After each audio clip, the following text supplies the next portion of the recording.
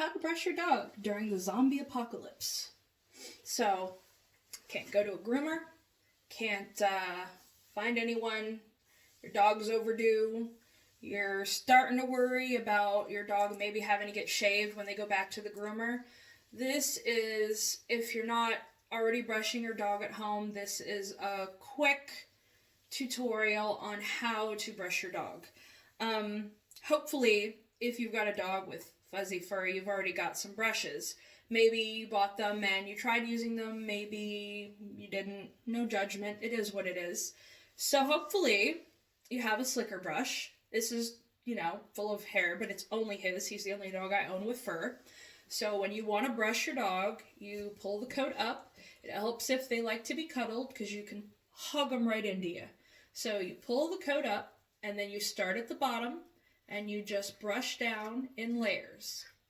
Now, you're getting this right when you can see skin.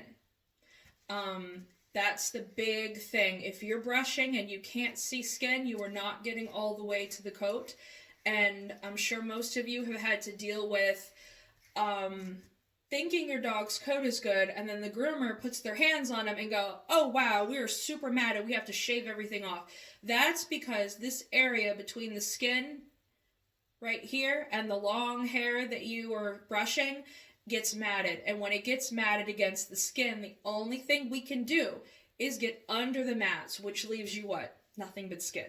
So you want to make sure you're getting to the skin. As I'm brushing, I'm very slowly moving my hand up to expose a little bit more hair at a time. This technique is called line brushing. It is extremely helpful. As you can see, I started down here, I'm all the way up here already. It's really helpful finding knots, and the slicker brush is really helpful pulling knots out. If you don't have a slicker brush, but you have your own human hairbrush, where did I put it? A hairbrush, something like this, it's not as effective, but you can still use it. Any effort that you put forth to get through this coat during this time is going to be useful, okay? If this is all you have, this is all you have, and that will do. Even if you don't keep the coat perfect, any effort you do to get knots out or to even loosen knots up is going to help us save length when we get to open back up and get back to servicing you and your dogs. If you have a comb, something like a metal comb, something like this, that is ideal. If you don't have a metal comb and all you have is a little plastic human comb, we can get this done, okay? So, metal comb, I don't line brush with the metal comb. Some people do. What I'll do is I'll still start at the bottom, but I'll leave the coat laying flat. Start at the bottom, and I'll comb. And I want to make sure that this comb is going all the way to the skin.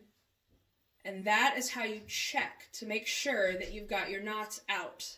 And then, you just snuggle your dog up and go slow. Some dogs are not used to this. Some dogs don't really like this. If you need to take breaks, if you need to give them some hot dogs, give them some loves, give them a break, it's not like we've got anything else to do right now. Go back to it later, give them a breather. So with this guy, your plastic combs are going to create some static. So if you're combing with plastic and you are getting static, if you have a spray bottle, something from like human spray bottles, and you want to mist them, you see that mist? It's very fine. If you don't have a spray bottle, you can make your hands wet and just lightly pet the dog. That takes the static out. That will help with static and things like that. You don't want to soak the hair. Just very lightly pet it through so you can get rid of the static, and then you should be able to go through with the plastic comb and have less trouble. A little side note, talking about getting wet and things like that. Anytime you wash your dog, the coat becomes elastic and it tangles up on itself. And then as it dries, it goes back tight. And that's how you end up getting mats, and that's how you end up getting mats that we are not able to brush out or work out because it's just too tight. So anytime your dog gets wet, be it you bathe him, or I know it's going to rain a lot this week, if he's outside in the rain and he gets all wet, when he dries up and you'll notice his hair is all curly and looks all separated, brush him out, because that's when the matting is going to really, really hit hard.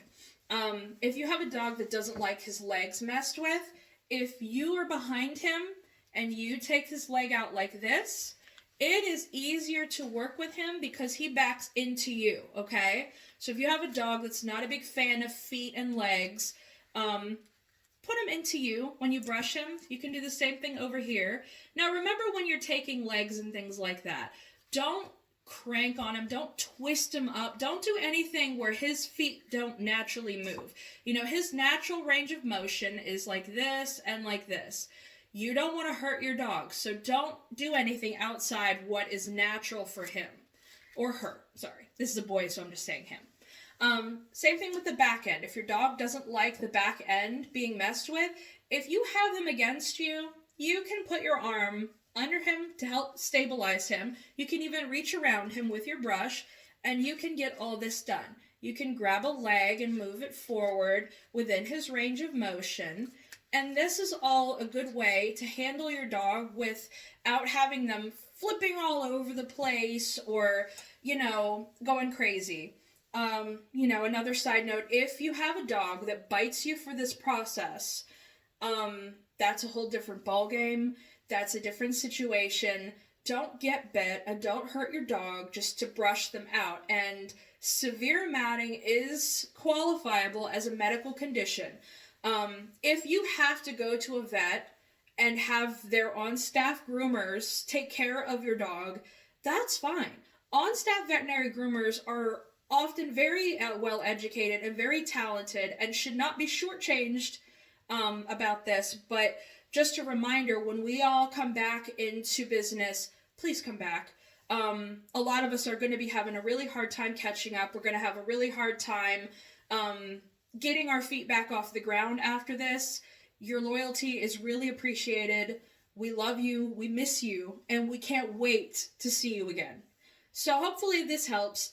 If you have questions or if you want me to show you how to do other things while we're shut down, just leave a comment what you want to see, and I will do my best to help you and accommodate, and we'll get through this together. Hopefully we'll see you soon. Bye.